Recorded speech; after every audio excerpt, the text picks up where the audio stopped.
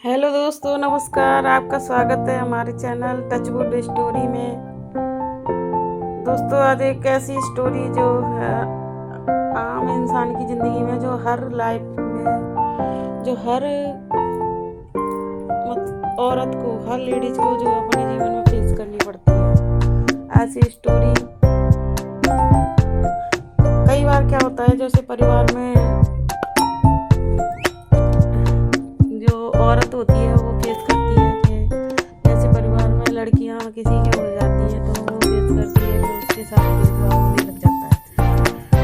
तो जैसे किसी के साथ, किसी के एक संतान के बाद दूसरी संतान की लड़की हो जाती है तो फिर उसके साथ इतना भेदभाव फील किया जाता है परिवार के अंदर ही कि किसी के बाद एक लड़के होते हैं तो उनको अलग दृष्टि से देखा जाता है। तो ऐसा नहीं है दोस्तों, लड़कियां भी एक तरह से देखा जाए तो लड़कियां भी माँ बाप के लिए उतनी हेल्पफुल होती हैं जितने लड़के नहीं होते हैं।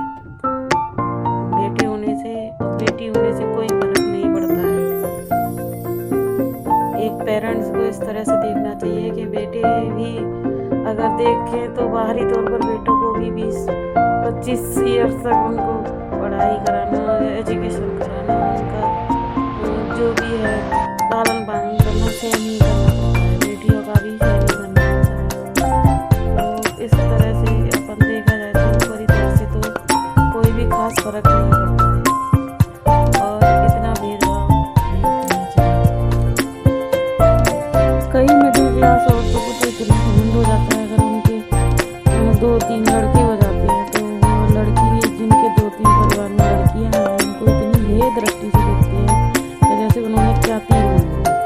जबकि है ना, उनको धीरे धीरे सच्चाई पता चलती है जब वो लड़के 14-15 साल के और 20-22 साल के होते हैं। जब वो लड़कियों की माएँ हैं को तो जैसे लड़कियां घर के घरेलू कामों में हाथ बटाती हैं और फीलिंग रेस्पेक्ट भी देती हैं, और उनके लड़के, जिनके लड़के होते हैं, उनको रेस्पेक्ट भी नहीं देते हैं। और फिर बराबर उनकी जब जवान लड़ाते हैं तब उनको पता चलता है आगे चल के कि भाई लड़कियां भी होनी चाहिए बराबर।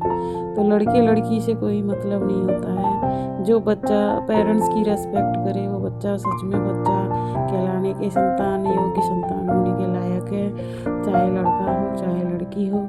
कुछ ज़्यादा बड़े होने की बात करें तो कई लड़के जो आजकल 24-25 साल के या ग्रेजुएट हो जाते हैं तो उसके बाद पेरेंट्स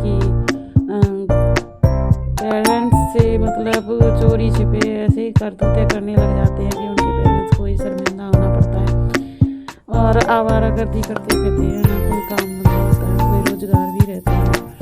फिर वो अपने माँ बाप को ताने मारते हैं जब उसके बाद उनको रियलाइज होता है।